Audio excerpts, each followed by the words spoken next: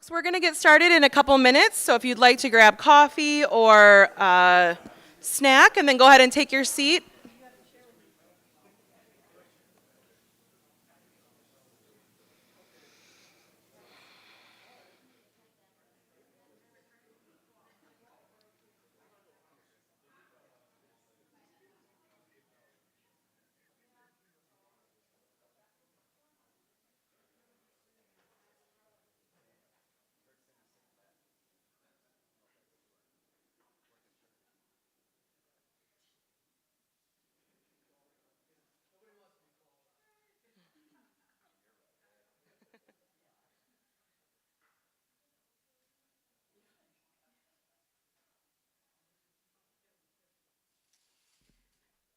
All right, we're going to go ahead and get started. Our live stream is also starting.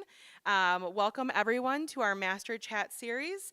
My name is Abby Rojas. I'm the Associate Director of Alumni Relations for the Office of Alumni Relations and University Advancement here at UWM. And I'm really excited. Today we have a little different format. For those of you who are regular Master Chat participants, you recognize that there's a little bit of different energy in here today. We've had some campus partners tabling with resources, and we also obviously have a panel up here instead of one individual speaker. We're kicking off Veterans Week a little bit early with a panel of current students as well as alumni who are actively serving in our military or our veterans, and we're really excited. Moderating today's speech, or conversation, I should say, is Adam Wickersham, the Director of Master's Programs for the Lubar College of Business. And I'm going to turn it over to Adam because he has lots of great information. So welcome. Thank you so much. Thanks, Abby. So great to see so many people here, especially the campus partners. A lot of people here wearing the yellow name badges because UWM has really been focusing on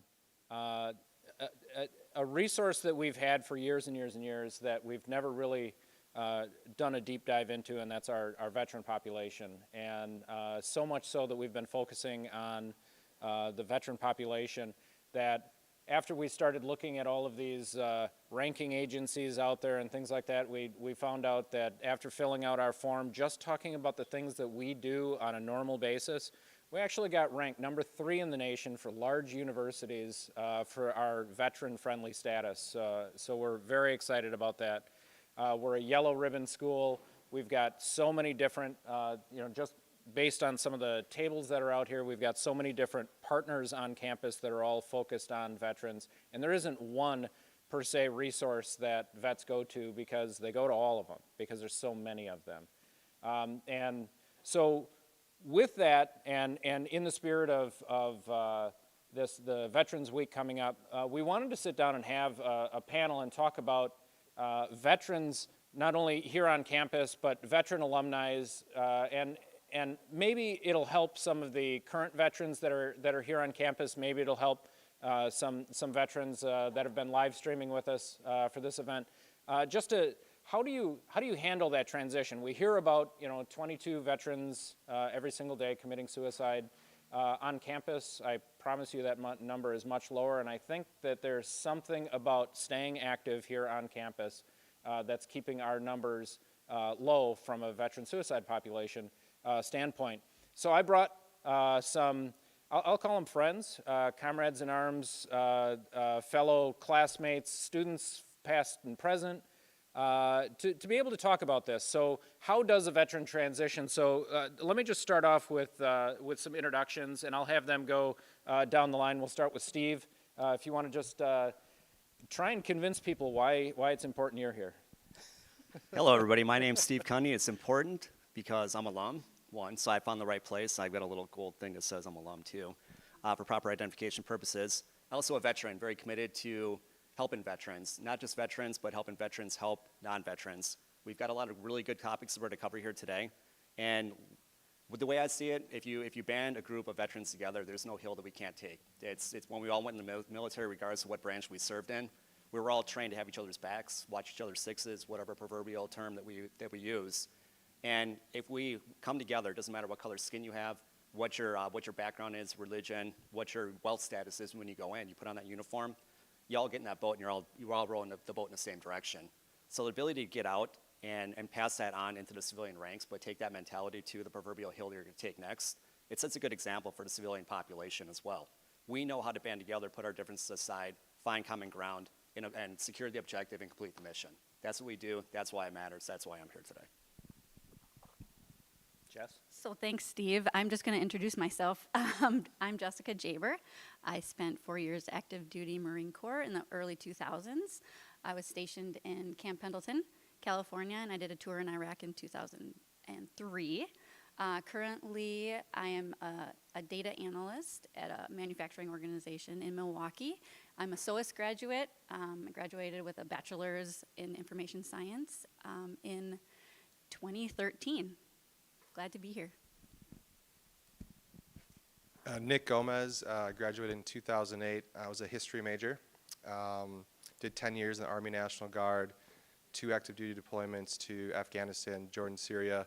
I was a HIMARS launcher chief. You may see some of those in Ukraine right now. I work at BMO right now in the private well space. My name is Erica Herrera. I'm currently in the Air National Guard, serving at the 128th. Been there for 7 years, but served 14 years total. I'm actually three times alumni. I did my bachelor's here in 2020 and did my executive MBA in 2022. And I'm currently a student in grad school for the Master's of Human Resource and Labor Relations. I myself owned a business recently and for 8 years or so, and just sold it recently in June, so glad to be here. Hello, everyone. I'm Angelica Ramirez. I'm currently a student pursuing my bachelor's degree in marketing. I'm graduating next month. Very excited. I'm originally from San Diego, California. I enlisted in the Navy right after high school back in 2013. I got out in 2017. I served in Virginia on the USS Oak Hill, and then in San Diego, California on the USS New Orleans. I did a 2016 deployment, Western Pacific. And I'm currently also in the VA work study program. So I work at Maverick as a student staff. I do marketing and social media program management, management. And yeah, that's me. Good morning, everyone. Whoa. My name is Charles Mosley. I was in the United States Air Force, served for a little under 10 years, went all over the world as a combat communications specialist. Currently, I work here on campus in UWM Milwaukee at the Connected Systems Institute as the assistant director. I'm also an MBA graduate class of 2018, so glad to be here with you. I'm glad everybody's here. I'm sorry we didn't hand out crayons for the Marines. It's something, I neglected, I forgot. So in case you're hungry, come on and get some donuts. A little bit of fun, and it seems like anytime veterans get together, besides the stories we get to talk to each other about, there's always, the inter-service rivalry and, the jealousy that we all have that we didn't join the Air Force for the life of luxury that we could have had. But nonetheless, we all at some point in time decided to join, and the big question for today is at some point in time you decide that it's time to get out. And that's never an easy decision to make. It's always challenging, but U.S. Department of Labor numbers have just come out, and and again, this is not a political thing, this is just factual based. Department of Labor says that the current unemployment rate is about 3.4% for non-veterans, but for veterans, it's actually at 2.7%.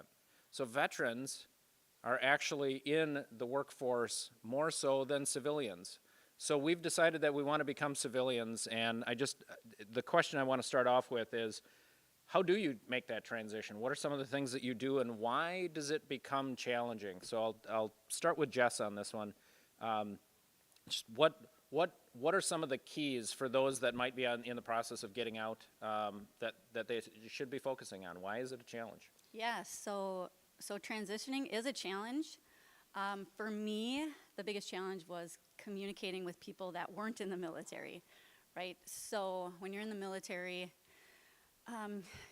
you can kind of command obedience, right, to get things done. Sometimes aggressively, have an aggressive approach. And believe it or not, in the civilian workplace, they don't really like that. So, and I learned the hard way on that when I was transitioning. So what I learned is to tone down my brash or kind of rough edges when I'm talking to other people, right? And also, I learned how to use influence rather than that command, like do this because I said so. But that's those other tactics work a little bit better when you're trying to get things done in the workplace. So. Yeah. How about you, Charles? What were some of the challenges, or how can you overcome some of the challenges of transitioning? Well, I agree with everything that Jess just said, but I think the biggest challenge that a lot of veterans face is when you're in, you have a mission and everyone's moving towards accomplishing that mission. And what I see, what happened to me and, what happens to, my vet friends that I talk to, so many of us, we get out and, we find work, but then we find a different job, and then we find a different job because you're still for that proper mission that you want to serve. Obviously, it's not trying to save the world and win hearts and minds, but it's still something that you want to belong to and be part of that tribe. And so I think the biggest challenge is finding that connection to that mission that you're looking for. And that was my big issue when I got out. The same thing, that Jess was saying, the first big boy job I got, so to speak, when I got out the military was with a marketing firm here in the greater Milwaukee area. I won't name them. But that command diction that you have from being in does not work at all in the civilian sector. And so when you're trying to build those bridges with people, and the only way you know how is via the way we build bridges in the military with each other, which may be considered, I don't know, non-PC. That's a term. Maybe a little That's a inappropriate, term yeah. I'll use, right? Yeah.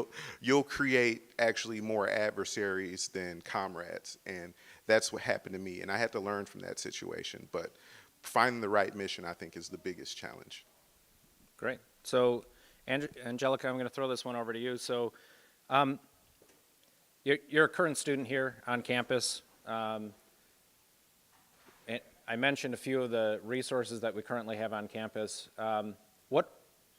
Why are you using any of the resources on campus for vets, and why is it so important that a large urban university like UWM have so many different resources here available to vets? Well, it's definitely really important because you don't know where veterans that attend this college come from. I'm an example.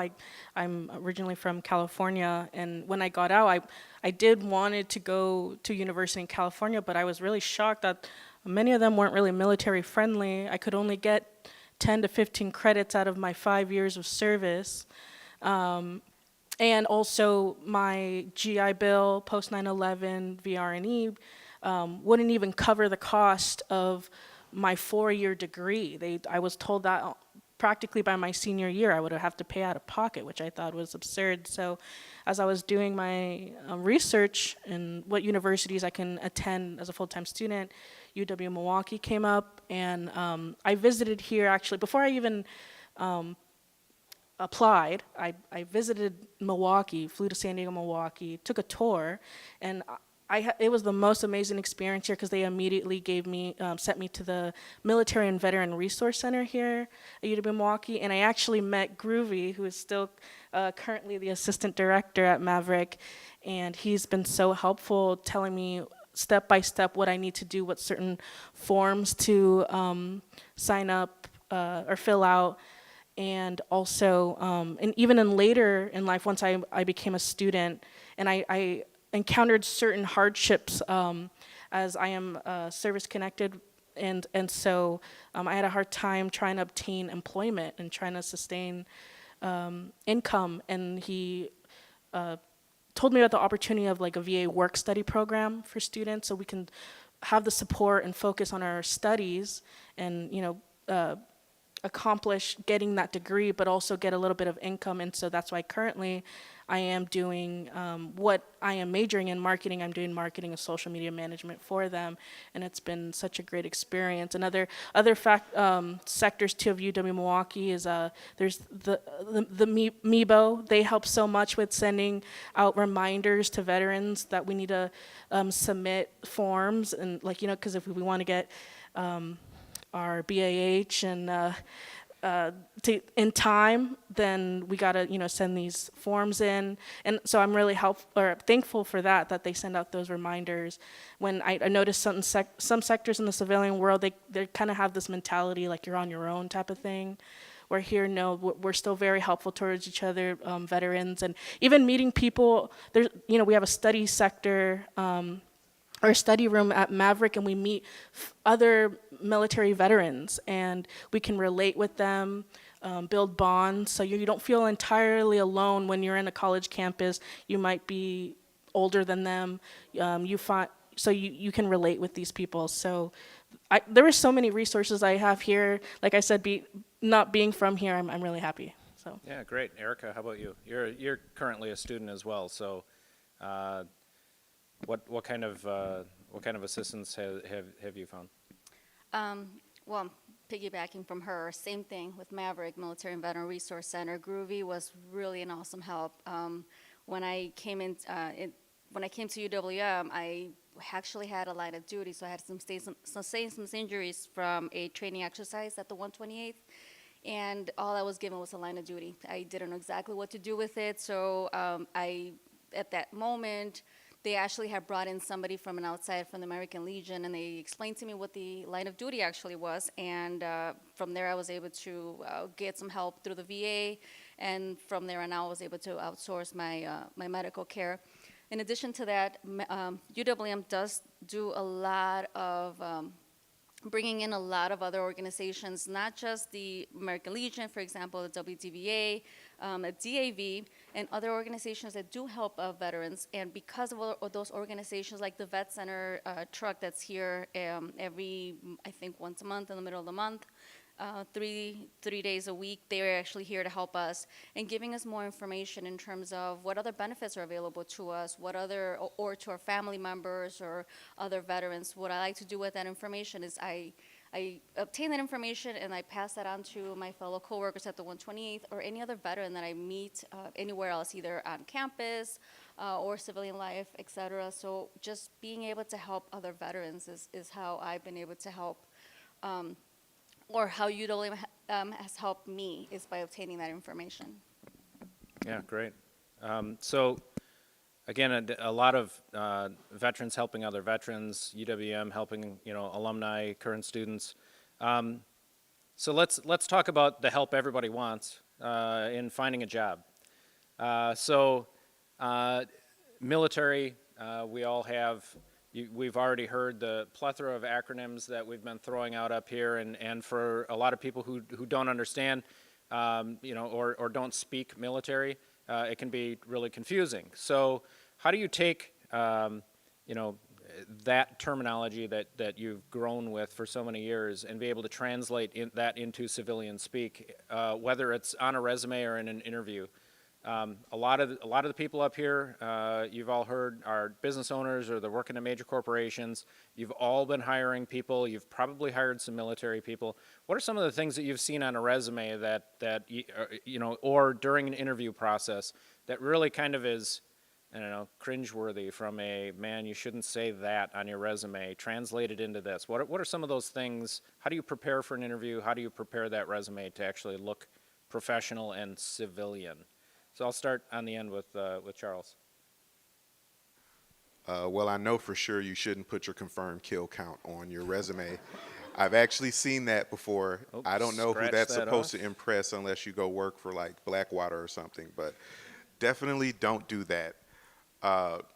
There's a big danger in acronym speak, because even though the military creates so many acronyms, there's acronyms in your back office, there's acronyms within your unit, there's acronyms on your base that are just relative to that institution.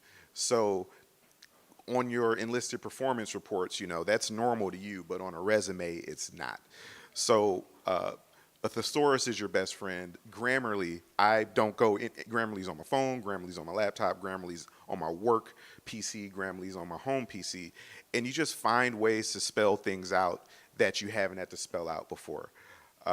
That's very beneficial. I don't think, you know, anybody that's taking a job search seriously, whether that's the person looking for the position or the person in the position to hire someone in that position, if you're really taking it seriously, they're not going to be too concerned about a sentence being a little longer than others because you're trying to explain what your role was and why it was important.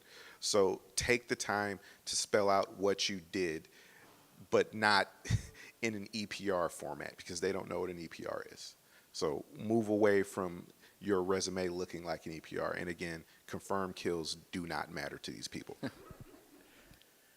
All right, Nick, how about you? What have you seen on some resumes that maybe could potentially get polished up, or when you're talking to somebody in an interview itself, and it's a vet, and they're trying to explain that they're maybe an E5 and that they were a squad leader for 12 people.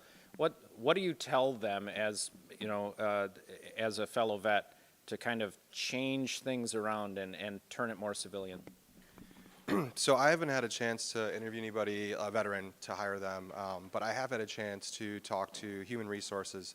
So I used to be at Robert W. Baird, and I founded their Veteran Employee Resource Group.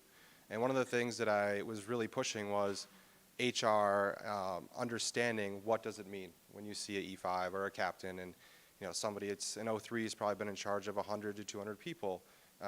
Sergeant First Class is probably 20 to 60 people, has 17 years of experience.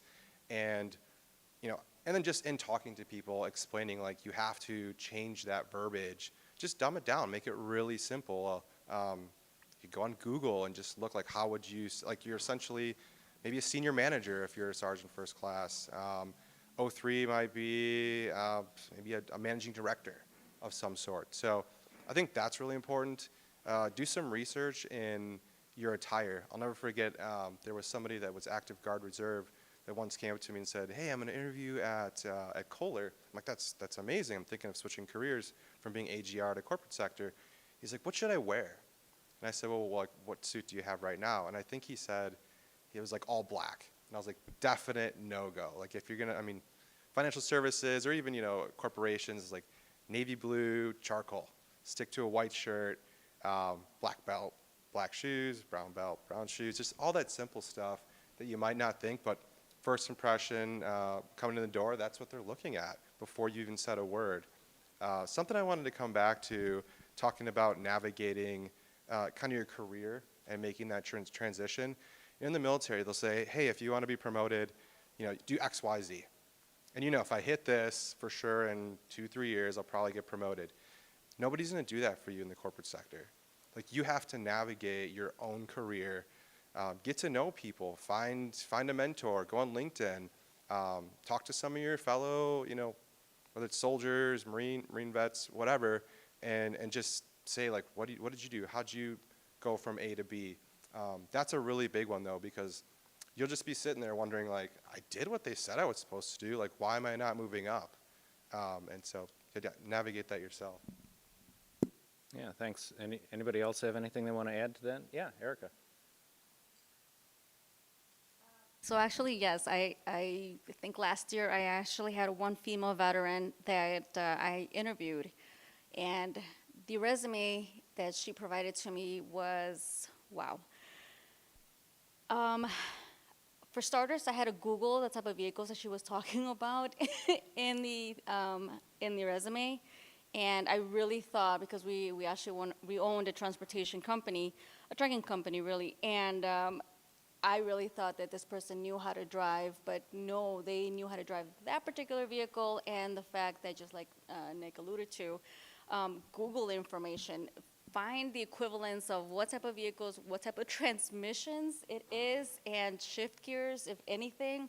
My husband, who is a 20-year truck driver, he could not even understand some of it, and I had explained to a civilian husband what an Army, I can't even describe the type of vehicles they were, what an Army vehicles these were. They were several types, and I never heard of them. Air Force, so. So many comments about that I could make. And Don't you dare. I know. I'm trying to behave.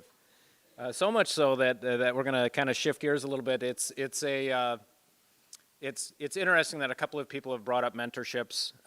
It's a study came out from LinkedIn last year that said that vets are 39% more likely than non-vets to move into a leadership role within 3 years of starting at their new job.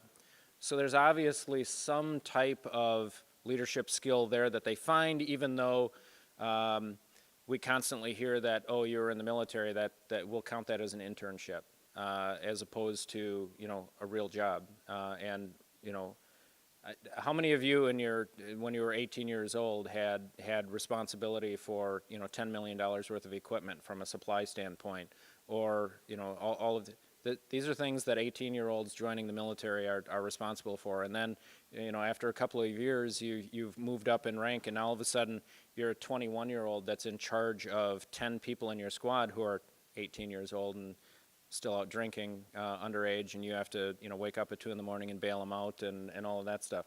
Not that that's a story that I've, had to deal with, but we've all had to deal with it. So taking those people who've had that responsibility and are looking for that first job or have landed that first job, we hear go out and find a mentor. What is that? Because there certainly isn't anything like that in the military. There really isn't a mentor in the military, right? It's here's how you get promoted, as you said. Check these boxes, you'll get your promotion if you have enough points, and next month here you'll have your promotion. It doesn't work like that in the civilian world, as you said. So how do you go out and find one? I mean, maybe you found your job. How do you find that civilian mentor? How do you find that? What's the point of them? Is there a purpose? Do they actually help your career? I guess Nick, since you mentioned mentors, I'm going to go with you, and then probably come back this way to Jess and Steve. Well, one place you could start would be LinkedIn. You could just put in, pick your branch or put veteran, see what comes up. You'll get a slew of names, probably tens of thousands of names. If you're within a company, look to the employee resource group. Hopefully your company has a veteran employee resource group. Reach out to people in there and say, you're looking for somebody to help you navigate the corporate culture, right? That's also a big thing, culture, adapting to that, the change. You alluded to that as well. I think that's another place you could go. Look at nonprofit organizations. Those are a great place to start too, and look at people on the boards there. A lot of times they're leaders in the community, whether it's their own businesses or again, corporations. And then also maybe lean back on some of your senior leaders in the military that transitioned out and see if they have anybody good for you too.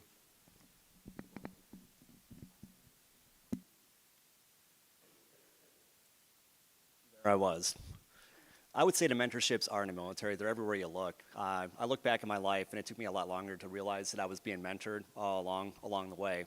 Whether it was an uncle when I was young, the first person that gave me a chance in the military. I look back and I was a rebel, I think coming out of my mother's womb, and I always challenged everything that was going on. But as I reflect back through life, there was a bunch of people that tolerated that and saw the good and the ambition behind that, and they offered that wisdom and advice along the way. And as I learned to look back on that and put that to work, coming into the corporate world, eventually starting a company, starting a nonprofit, and dabbling in all those arenas, there's mentors all around you. They're the people that you look at, they're doing something that inspire you. They're doing something that you want to be more like. So the mentors are all around you. So going out there and finding them, look around, look to your left, look to your right, look at the people that are inspiring you each day when you get out of bed each day to move the needle forward, to step forward into the darkness, to go take on a challenge that you might not think you have the courage to do. There's people already out there doing it. Those are the people that inspire you. So just look a little bit closer. And whether it's in the veteran ranks, nonprofit ranks, corporate ranks, or it's your brother or sister, there's a mentor. Just look a little bit closer. Yeah, go ahead, Nick. I just want to add to that is the how. I told you what to do, but it's really as simple as, hey Adam, this is Nick Gomez. I see you're one of the leaders at the EMBA. I'm currently looking to transition out of the military. I'm not sure what direction to go. Do you have 15 minutes for a coffee, for a phone call? Thank you, Nick. Like, it's literally that easy. And I do it a lot for my line of business, just try to connect with people. You'll get a response. You might have to do, and probably in that aspect, you're not really asking for much. People want to help just naturally. So just say that. Just keep it one sentence, and if they don't respond, don't take it personal. Maybe you have to reach out to a few more, but people will, I guarantee they'll help. Yeah, and I'm going to build on that as well. Everybody in life's got an agenda, whether it's make a new friend, whether it's advance their position in life, whatever it may be. We all have agendas, and being able to do like Nick said, go out and have a coffee with somebody that you're aspiring to be. Maybe they hold that next step in your career progression. Have the courage to go out there and ask and find out what's in it for them. Because if you can connect that what's in it for me with what's in it for them, you have magic, because now you've got a shared partnership, you have a shared set of goals, and you're navigating together, and that person becomes vested in you achieving whatever it is you're after, as you become vested in them and helping achieve what they're after. Actually, and I completely agree with the two gentlemen. When I started my business, I came from a banking industry of almost 15 years, and transitioning into construction and trucking was completely new to me. So what I ended up, my mentor, which he doesn't realize, was actually my husband. So having him to guide me and have me understand exactly what it is, the ins and outs of a truck, just to purchase it, just to drive it, just to understand what that trucking was, and the entire aspect overall, the full umbrella of what it was to own a construction trucking company. So even though you may not know, even your own partner can be your own mentor. So it's literally, I think I did a lot of networking events, and that's how I did a lot of 15-minute coffees. Do you have time? Do you have time? Do you have time? And just obtaining those bits and pieces of information from people on those 15-minute coffee that you go out to, that together can also be just a small piece of advice or mentorship opportunities. So you can just say, hey, go ahead, because I did a lot of that too, a lot of the new guys that were coming into the construction field. Once I understood and I was able to mastermind is my trucking company, as I was able to help other guys as well. If another a veteran were to come up to me, or anyone were to come up to me, hey, how do you do this? I would show them the path of where to go, how to get started. So it's, again, those even 15-minute small opportunities, those small chats. And close that out. Give it back, pay it forward. If you're seeking mentorship and somebody's helping you, somebody takes a chance on you, there's going to be other people that you come across in life. Make sure you do that in reciprocation. There's plenty of people out there that don't have the courage. You know they're struggling. Be that invisible mentor. Years down the road, they'll come back and they'll thank you, because I went back and thanked all the people that I didn't realize mentored me along the way. They helped me get my life straight, put me on a better path, better trajectory, and I owed a lot of that success to them. Great. So clearly, maybe not the panel that we have up here, but most employers, most people think of that, 1.5% to 2% of the population that call themselves veterans, and they say, too rigid, too structured, too formal, and maybe some of the other stereotypes that we hear are things like problems with anger management, problems with post-traumatic stress. We hear about all of this stuff, yet clearly veterans, based on the fact that we've moved ourselves up in leadership roles and have lower unemployment rates, what value do veterans actually bring to an organization? So any of you guys, I'll open this one up. So we'll start down there on the end with Charles. But I mean, aside from we look good in a uniform, what value do we actually bring that actually translates directly into the workforce? It's simple, navigation. So around this place, you and I both work here. UWM has existed long before you and I ever got here, and there are certain ways to do certain things, but they haven't thought of everything that needs to be done. And so there are so many things that come across, my table or Adam's table, where it's never been done on this campus before. And even though it hasn't been done, someone has an opinion on why it A, shouldn't be done or should be done this way. But lo and behold, the job gets done, and it gets done well. And there may not be a path in front of you of how to do it, but you create that path. And I think that's something that's ingrained in every serviceman and woman, because we have to navigate. You get dropped somewhere, you got to figure out the terrain, you got to figure out how you're going to have cover, how you're going to have concealment, who's going to bunk when. You have to figure all those things out in real time. So figuring things out in real time, navigating a solution for things that have never popped up before, that's an innate talent that I think we all have, and I think that's a value any company, any organization should seek. I founded the Veteran Employee Resource Group at Baird in 2015. One of the things I did was I went around to other companies that had established ERGs. So GE, Northwestern Mutual, Rockwell, talked to Goldman Sachs. It's like, why reinvent the wheel? Kind of like you mentioned, just ask people who are already doing it.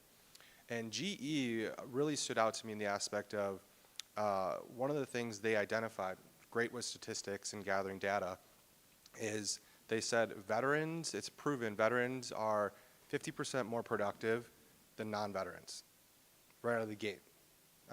Also, if a company uses the tax credit, the WOTC tax credit, if we have disability or we're coming off active duty, right away they can get a few $1,000s just for hiring us. Tell me any other demographic of people where when they're hired, that company, you're already paying for yourself just by them hiring you and filling out a piece of paper. Another thing is we're very loyal. So we know that, I think, maybe to a fault. When you get out in the corporate sector, we're probably a little too loyal, but it's a great attribute, especially in today's world. So those are just a couple things I gathered along the process. So to kind of piggyback off of what the guy said, I think veterans are a good asset because we can adapt to change very quickly, right? So, we're dropped into any situation, right? And we just adapt, and we are okay with change, where there's quite a few people that are not okay with change, and they're resistant. Like, we've done this the same way for 50 years, where you throw a veteran in there, we're used to change. So I think that's very valuable for employees. As a business owner, I actually, having that veteran status and just basically telling other organizations, hey, I'm a veteran, it was a huge sell for us. And the reason for that is because we literally took on our core values for the Air Force is integrity first. Basically, that's how I mentored and helped my husband grow as well. It's like, hey, just maintain everything with integrity, because once it comes to any audits or doing anything, we're an open book. There's nothing that we're hiding, and if something were to come across, or we were to have some issue with any counties, because we work with the Department of Transportation, Milwaukee County, City of Milwaukee, any organization that requires funding from the government, we have to have open books. And having a lot of other trucking companies that were having issues with that, the fact that we sold and we marketed our business with integrity first, excellence in all we do, that alone is a huge market sell for any organization. And just basically saying, we maintain ourselves, and even though we are out of the military, we call ourselves 365 airmen for the Air Force. Can't say the same for others, but we're 365. It basically means that even though we're out of the service, we really are not. We will always, forever, always be military, and it'll always be until the day we're no longer here. You just fired me up a little bit, I'm not going to lie. Yeah, don't start singing the Air Force song, please, Charles. I would say the one thing that every person that goes into the military is equipped with, whether they go in with it or not, is courage. Because it takes a lot of courage to leave that wherever you enlisted from, get on that bus, get on the airplane. I remember the first plane ride I ever took in my life. I was flying down to Fort Benning, Georgia to go through basic training. Second one, I was jumping out of them. I also remember being at the 30th AG, the holding station before you get deployed over to basic training and really meet your maker. And I was missing my mommy. I mean, everything she told me, join the Air Force. You're going to miss me when you're gone. Yeah, I was on the phone saying, hey, how the hell do I get out of this, man? This is crazy. But that courage, and once you realize it's not going to kill you, and you realize you're surrounded by a lot of other people that are going through it with you, that camaraderie and a spirit of core, it's pretty powerful. So walking into corporate America, the loyalty, courage under fire, the ability to adapt and overcome, it's just inherent, because the day that you step off that bus, that plane, whatever it may be, and you go to meet your maker in basic training, you're changed. And that's going to be something that you have to learn to market and bring to the employers without being rigid, without command and control. So you have to conform and eventually adapt your style. But it's all there. It's inherent in your DNA, and you don't lose until the day you die. One thing to add, what Erica said, integrity first and excellence in all we do. Between that is service before self. And I don't think that's exclusive to just the Air Force. I think, again, that's something that's ingrained in every man and woman that serves, is service before self. And I think that transitions to civilian life. We put in long hours, and we want to make sure things succeed, at the expense of some of our free time, at the expense of some of our family time. All of us have to do a better job at time management, because everyone deserves our time. However, the first question that you asked me was about the challenge of transitioning to civilian life, and it's that service before self. It's a little too unselfish with our time, and that loyalty that comes with who we are. Once we find, our new mission, we're going to be loyal to that, and we're going to commit to that service before ourselves. Yeah, thanks. So kind of winding down a little bit, my last formal question, I'm going to pretty much just ask the entire panel to just chime in on this. We've been talking about loyalty. We heard somebody who works at BMO that's talking about his time at Baird because of his loyalty there. We hear about time management, and we hear about the mentorship and the leadership skills and the ethics and all of this that we've been talking about. How are you guys giving back today to the veteran community? Are you? And if so, in what ways are you doing it, and in what ways can some of the people in our audience also be thinking about ways that they can give back as well? So, yeah. So one of the ways is back in 2020, not ideal time. I had an idea, and I was like, I looked down UWM's alumni page. I'm like, how do we not have a veteran alumni association? I'm like, we have more veterans that graduate from here than any university in the Midwest, between spouses, vets, and now the rankings that Adam shared. And let's try to start one. So it's been a slow progress, but I founded it, and if any of you are interested in participating, love to connect with you after. But it's also a way just to build another community, which is something we talked about, and helping each other. I also serve on a couple advisory boards, one with Steve for Task Force Uplift, Center for Veterans Issues, and the War Memorial. So those are ways that I look to give back and just, again, build community. You never know, whether it's after a board meeting or maybe it's just a beer and peanuts, what comes from it and how you can help people. One of the things that I'm doing, well, first off, I didn't do a very good introduction. I just kind of ran with Adam's question and went. I was an Army Ranger back in the day, jumped out of planes, blew stuff up, lived a fast life when I was younger, and much tougher than I look today. But getting out and going through the role, a couple years ago, I started a professional services company called Tuatara. It's a service-able, veteran-owned organization. And one of the things that we're after there is job creation, plugging in to hire our heroes, making sure that we're plugged in the Microsoft Military Academy, the ServiceNow Skill Bridge program. We're identifying that talent, the people that aspire to cross over that bridge and have a sense of purpose when they get out. Because a lot of the population that's in the military, we go in broke. We get a sense of purpose, and guess what we do? We get out broke. And we're right back into that poverty cycle that our forefathers and everybody else kind of had to run through.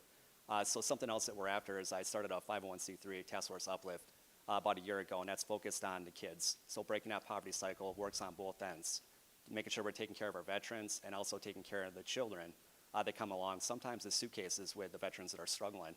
So the whole premise of that program is focused on mentorship and coaching, internet and technology access, making sure every kid out there has a working laptop, the ability to connect to the internet, and the God-given right to Google.com. In this day and age, that's just like drinking water or making sure you've got a roof over your head. And the final phase that we're going to be going after is the Skill Bridge program, is plugging in and making sure that we get these kids, just like their parents, the technical training that's going to go out there and provide opportunities for these veterans and their children to get jobs that are meaningful. We all complain that we don't have enough technical talent out there in the world, but yet we have talent sitting around that's underutilized, so we're sitting on all that potential. So I'm partnering up with Center for Veterans Issues, and we're really focused on that lowest common denominator to get out there where there's a homeless vet, and we want to help that vet go from street to suits. So we're helping their kids too. Partnering up with Kohl's. Kohl's is dropping off a couple hundred laptops. We're going to plug those into CVI, so all the folks that are going through transitional housing permanent housing through CVI, or to get them internet access, we're partnered up with AT&T and working with Microsoft Airband. So we mean business. We're plugged into the big heavy hitters. And the whole purpose of this model is to make sure we form at national scale what we're building to deploy with a proof of concept right here in Milwaukee. So we're going to serve as CVI, that are primary recipient of all the actions and efforts. And it takes a village. It's bringing everybody together rather than waste the resources with finite funds, finite access to dollars.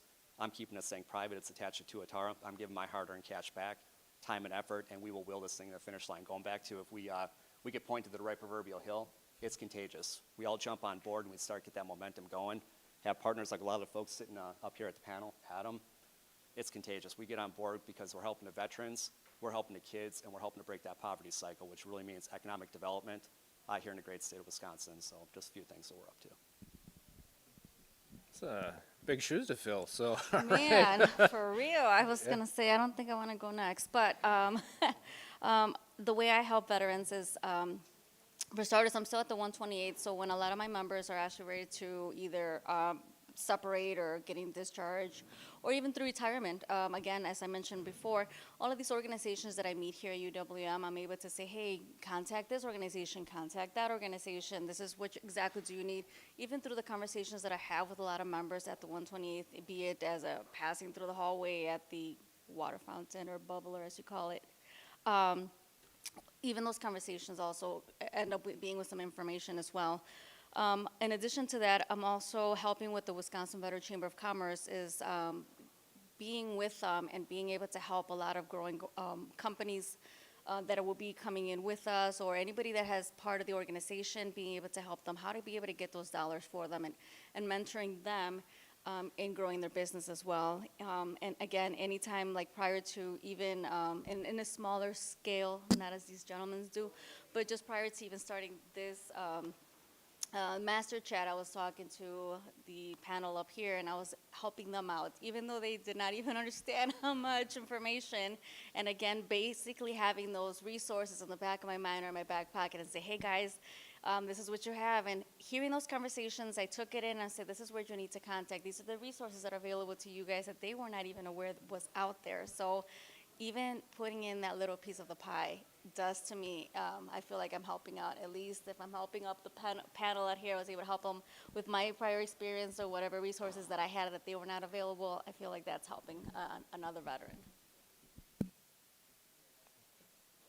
I like to mention that I feel like when I give out my experience helping out the female veteran community, there's a campaign called the I Am Not Invisible campaign that helps bring awareness more and sharing stories of women vets out there, because sometimes, you know, there can be like gender-based harassment or discrimination. And so this campaign helps to change that culture, that it's not entirely strongly just like these the men in the military. Us women do really incredible, outstanding things in the military, made some changes. Yeah, we have our own stories, so this campaign helps spread those stories, and like I mentioned, change the culture. And so I try to help by meeting other female veterans, telling them my experiences, and in a sense validating their experiences, that their work, their job was worth it.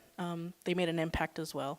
So, and they should be proud of their status, because I know I've met a lot of women vets who stay quiet, and it's mainly because they feel like they're not validated. People don't believe them that they've done this, or that in the military, but it's true. Like, there's many things that are not on the news, that are not in the movies, that are being released, that show that what women are capable of doing in the military behind closed doors.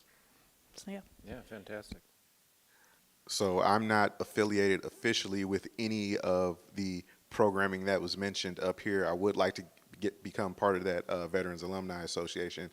Unofficially, I mentor quite a few different people that are starting their transition. So it's wild because, you know, time's not real, because there's so many people that I serve with that are now getting ready to retire, and they all look to me, you know, to help assist with their transition to civilian life. You know, like I said, I'm an assistant director here at UWM. You know, 5 years ago, I was a student. 5 years before that, I was a guy with just a high school education that couldn't find a job after I got out the military. So they look at me as an example of how to navigate these muddy waters. So I do my best to give them the information, from my experience as best I can. I get a lot of calls from people that I've never met just because they know somebody that I know. Hey, Chuck, how do you write this resume? How do I, approach this interview?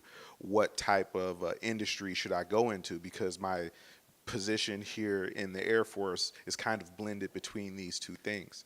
What are you seeing out there? So unofficially, no titles, no boards, but officially, no titles, no boards. Unofficially, I've got dozens of people that reach out to me all the time that I try to assist.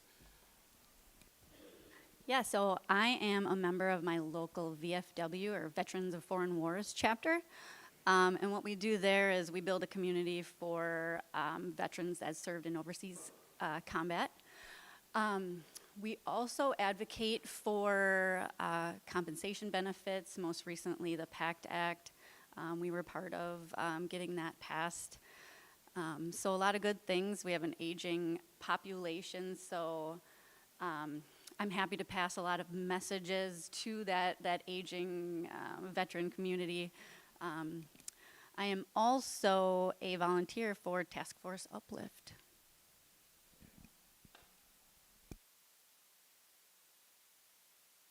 Something that everybody in the back table that's recording this is probably getting a little nervous about. I'm actually going to run around here because I know that there's some questions that are probably here in the audience, and I'm going to take those questions myself to throw the panel off. They say that they're adaptable. Let's just see how adaptable they are.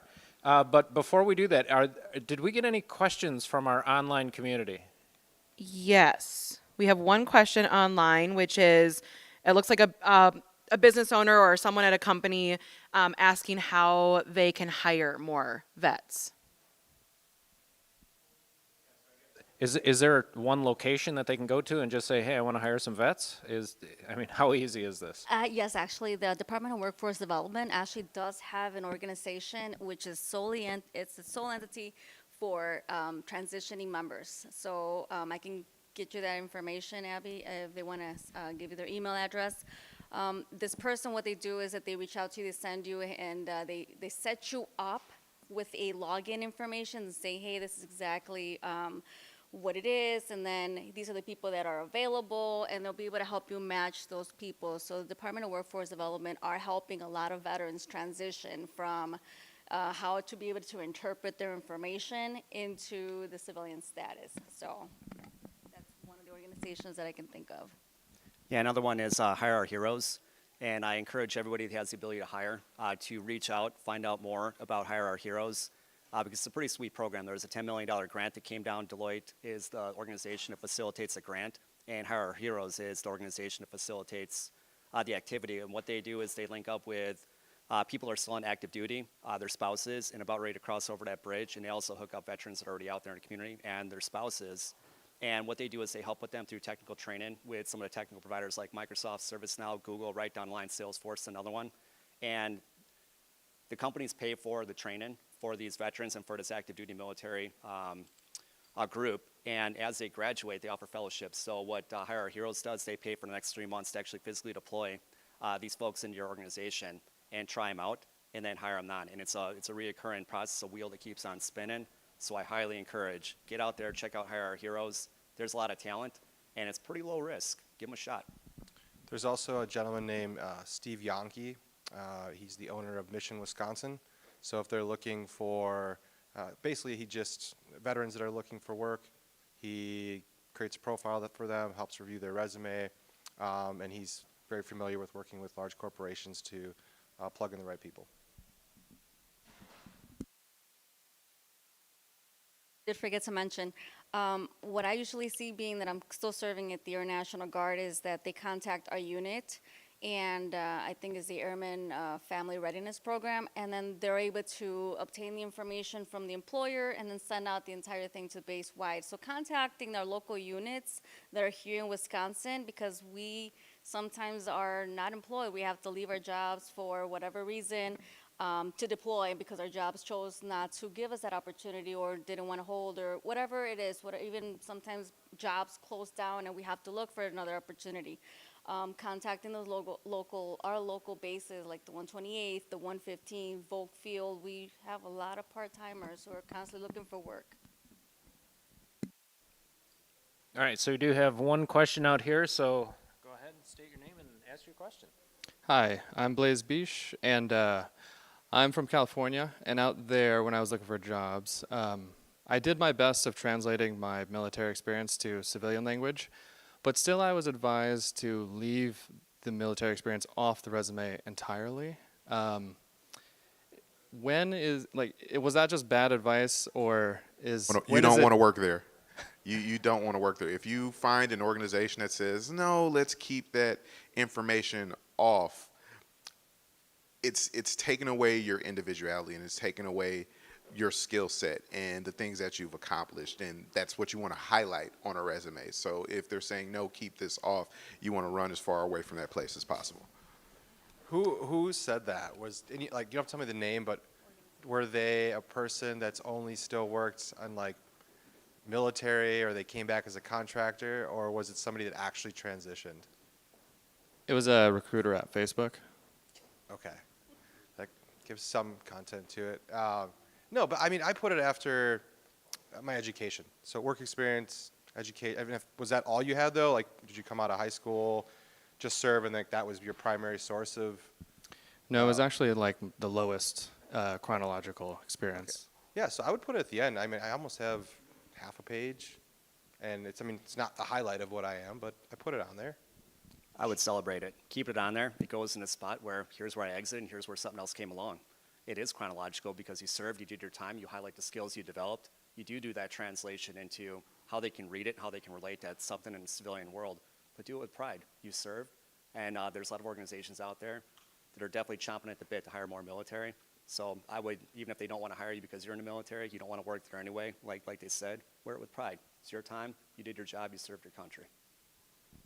Keep in mind, only 1% of us in the entire world is the ones that we serve in the military. So they're very nitpicky about even when we go through MEPS that we get qualified physically to be able to get there. So the fact that, just like Steve said, celebrate it. Even though it may have been minor, find out exactly what those skills were. If you had an additional training, like for example, I went to Airman Leadership School. That school is the one that teaches you how to become a leader. Put that on there, highlight that, because those are the skills that the employers are going to want to see, just to show them that, hey, you are capable to become a leader, you are capable of adapting, and you're capable of traveling anywhere and going anywhere at a moment's notice. So these little things that separate us, that set us aside from other people, from civilians. So, yeah, celebrate it. Don't delete it. I just have a quick follow-up. What about the words infantry? Is that a triggering word these days, or should I celebrate Adam, that? Or you go ahead and answer that one. Not a chance. First of all, I wasn't infantry. I was military intelligence. The standard jumbo shrimp type of thing. To say we do have some infantry up in the front row, but the term infantry, basically what that means is you have absolutely no problem adapting to any environment that you're being put in. You've got the leadership skills. You have no problem whether it's raining, snowing, sleeting, in the middle of a desert. So that adaptability, that leadership, that's what it's all about. People skills, clearly time management. Being able to say that you can read a map probably won't help you at Facebook, but it'd probably help you if you went to Apple, because I don't think they've fixed that problem yet. But but nonetheless, taking that concept and not just looking at what the name of your job is. I've met people who are in the armor division. Not a lot of jobs out there, including Erica's trucking company that are looking for tank drivers, right? But there's an awful lot of skills that you get with those different MOSs, with those different jobs that fall underneath there. And of course, the other duties as assigned is pretty much everything under the sun. So what did you do there? Being able to add those things in is invaluable because it shows just the adaptability. Kind of to that, when I was coming back from Afghanistan in 2014, I was trying to work for Baird but I didn't have a lot of financial services experience. So within 6 days of being home, I was sitting in a corporate office with a full suit, being interviewed by like 8 people, and like all I can think is like, I was just shooting rockets. Like this is so not infantry, but still combat arms.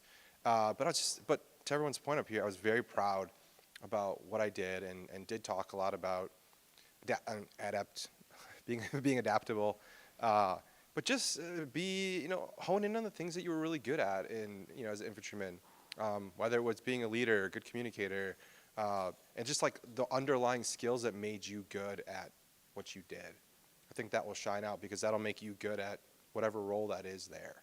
And look for companies that want to hire vets. Amazon. I know they've got a big push to hire, and they got a whole, like the Pathways, I think it's called. Other companies like that, if that's kind of the area you want to go.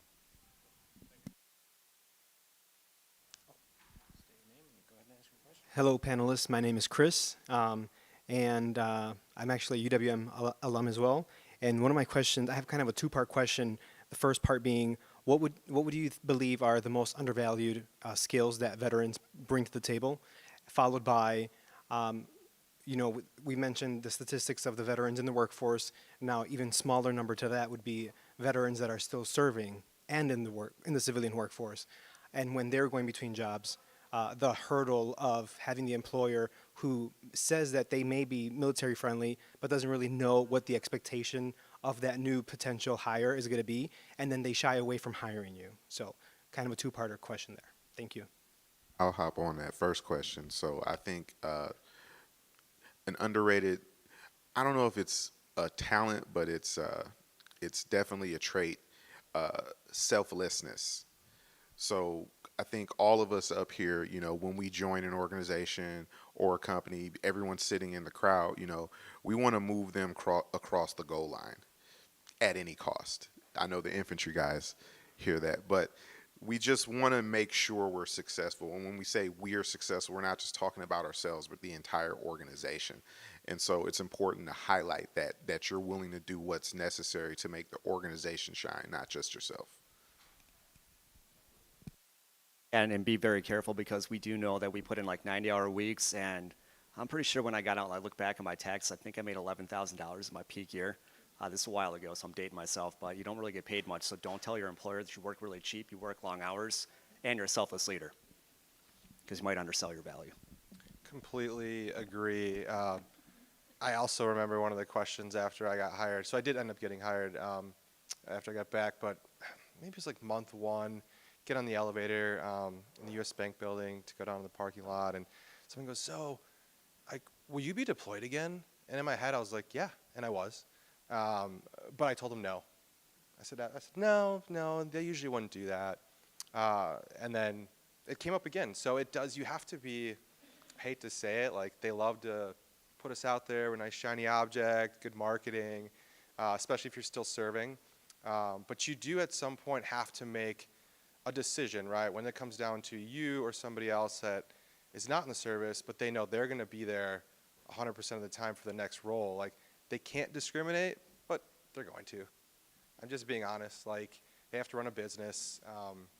They need people present. So at some point, too, you have to ask yourself, like, you have to accept it. At least this is my own philosophy, like, accept what your position is, or make a decision to just go one route or the other.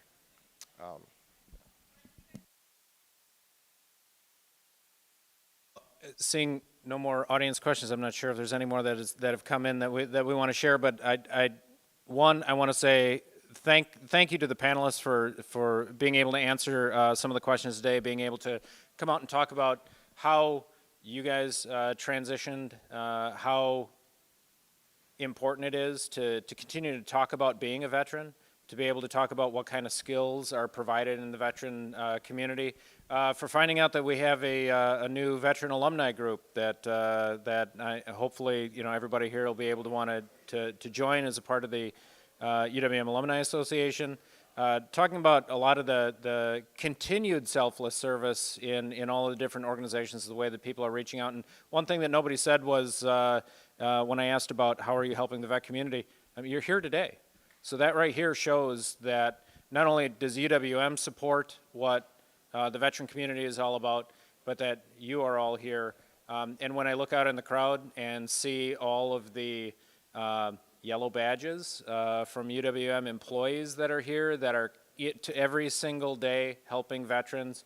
I know Groovy refuses to come around the corner. His name's been mentioned a few times as somebody from the Maverick, but we've got all the Veterans Upward Bound is here, different colleges on campus are here, because we all want to talk to veterans. We all want to talk about our experiences. Sometimes it's over a beer. Sometimes it's, that 2 a.m. phone call with somebody who absolutely needs to talk right now, and we're constantly picking up the phone. We talk about, we touched on, what kind of skills veterans bring to an organization, but as you can see from right here, it's the selfless service, it's the leadership, it's the fact that we know what we're talking about. Maybe it took you a little while when you were shooting rockets to actually talk about stocks and things like that. Maybe a little bit of time on that, but nonetheless, you dove into it and you became an expert. You probably didn't know a lot about trucking, before as from an HR position. Data analysis, probably not something that you did a lot of in the Marines. It's just a guess, but not a lot of analytics done with crayons. But and as a ranger, as a ranger over here, probably didn't do a lot of tech training as far as being able to own your own business in a tech space, and Charles, you're managing something that in the data research that probably didn't teach you in the Air Force. It's the adaptability, it's that leadership, it's that ability to take on that next challenge, yet reaching back and helping out those from the past. So again, thanks to the panelists for being here. Thanks for everybody in our audience for not only participating but asking questions, our online participants. And with that, I'm going to throw it back over to Abby. I'm just going to close out quickly, ask the panel to stick around. We are obviously live streaming this, and we'd like to put it out on all of our social channels next week during Veterans Week. So panel, stick around for a photograph so that we can get that out and continue to share the amazing work of our current students, our alumni. I really appreciate you all being here and sharing your experiences. So Can I hijack for just 1 second? Yeah. It's a selfless plug for UW Milwaukee, and I am in no way, shape, or form affiliated other than being alumni. But I was going to seek out grad school. I think I started MSOE, jumped over to Cardinal Stritch before I found out what the Wisconsin GI Bill was. I didn't realize, after being out for a while, that the Wisconsin Department of Veterans Affairs covered 100% of tuition up to 120 credits. I looked at it as one of the worst kept secrets in Wisconsin. That should be on the front page news, broadcast every single day. If you're a veteran, get your butt out there and take care of it. If you have a 30% disability, it's free college for every one of your dependents. Something else I learned long after I was out of the military. And the bridge into UW Milwaukee, Gene Wright was in Adam's role before he came. They went above and beyond and went out of their way to make sure that I came in that executive MBA program. I didn't even have to think about anything. They covered the idiosyncrasies between the books and what got covered, what didn't. It all just went away. So this is just from a guy that was out there walking the streets, didn't really know too much about the Wisconsin GI Bill or UW Milwaukee. And yes, I spread that like wildfire. The executive MBA program, I got Jets in the school over here. Put that stuff to work. There are assets out there that are incredibly valuable, and the state of Wisconsin appreciates you, and the state, UW Milwaukee goes out of their way to make sure the veterans know what's out there, and I really appreciate them. So tip my cap to UW Milwaukee. all right, couldn't have said it better myself. So thank you all so much.